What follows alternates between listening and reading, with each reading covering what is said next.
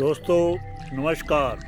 मैं शिव कुमार शर्मा एक नई कहानी के साथ। कहानी का शीर्षक है सच्चे दोस्त की पहचान। दोस्तों, एक बार एक कुम्हार को मिट्टी खोदते हुए एक हीरा मिल गया, लेकिन कुम्हार उसे साधारण पत्थर समझकर उसने उसे अपने गधे के गले में बांध दिया।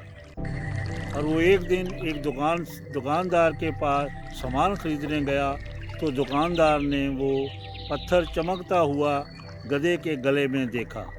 तो उसने कुम्हार से पूछा, भाई ये पत्थर का क्या लोगे?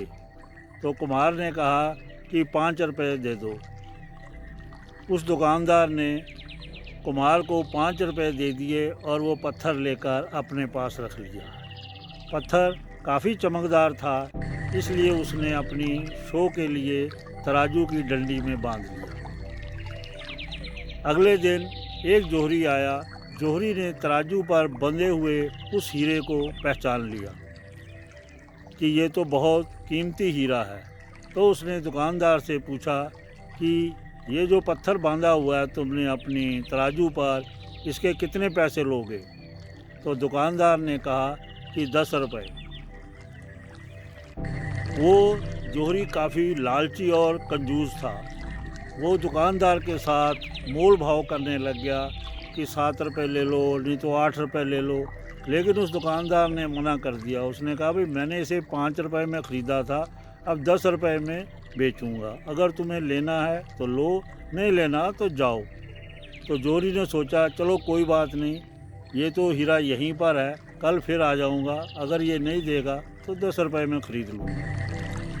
उस जोहरी के जाने के बाद एक दूसरा जोहरी उस दुकान पे आया। उसने भी उस हीरे को पहचान लिया कि ये तो काफ़ी कीमती हीरा है। उसने दुकानदार से पूछा, भाई इस पत्थर का क्या लोगे? तो उसने बोला 10 रुपये। तो जोहरी ने फटाफट 10 रुपये निकाले और दुकानदार को देकर वो हीरा ले लिया और अपने घर चला गया। अगले दिन पहले वाला जोहरी आया और उसने 10 रुपये दुकानदार को दिए।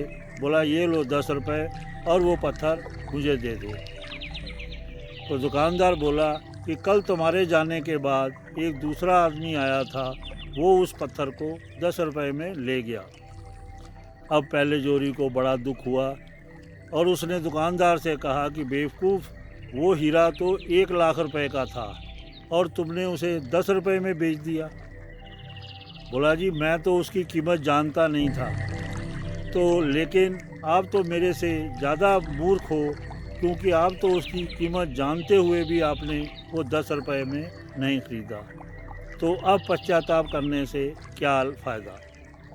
दोस्तों, इसी तरह हमारे जीवन में भी हीरे रूपी सच्चे दोस्त आते हैं, लेकिन हम अज्ञानवश उन्हें पहचान नहीं पाते।